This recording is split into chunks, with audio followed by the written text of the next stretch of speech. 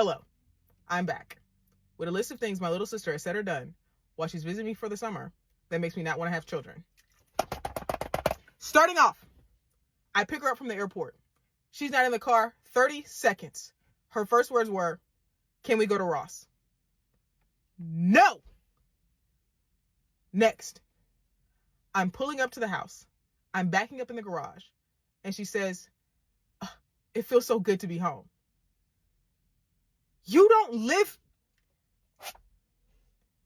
Next, we were talking about how old people were. And she asked when I was born. And I said, 1995. And she says, dang, 19 is crazy. I'm 31. She was talking about having kids in the future. And she said her husband would not be able to pick her child's baby name.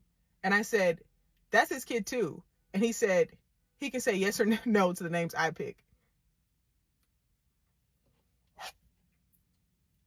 Okay. Next, she says, can I show you something without getting mad? And I said, yes. She then proceeds to contort her fingers, some here like this, and says, look, it's 3 middle fingers.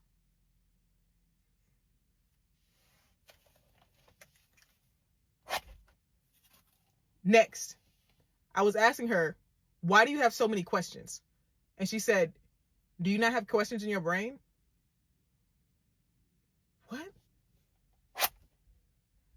Next, she was looking at my ring and said, I never thought about having to buy the other person a ring too. That's so aggravating.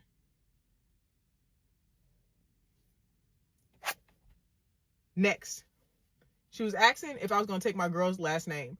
And I said, yeah. And she said, good, because Smith is a slave name. Your last name is... Next, I was taking her to the J. Cole concert. And she was putting on my shirt. And I said, you're not going to iron that?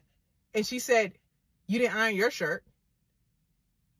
I had literally just ironed my shirt 30 seconds before. Next, she was going through my perfumes and said, can I use your roll-on oil? And I said, yes. And she said, can you put it on a shirt? And I said, no, while she's actively putting it on her shirt. My shirt is now permanently stained. Next, we were talking about twins. And I said, boy and girl twins are not identical. And she said, really? Are you sure?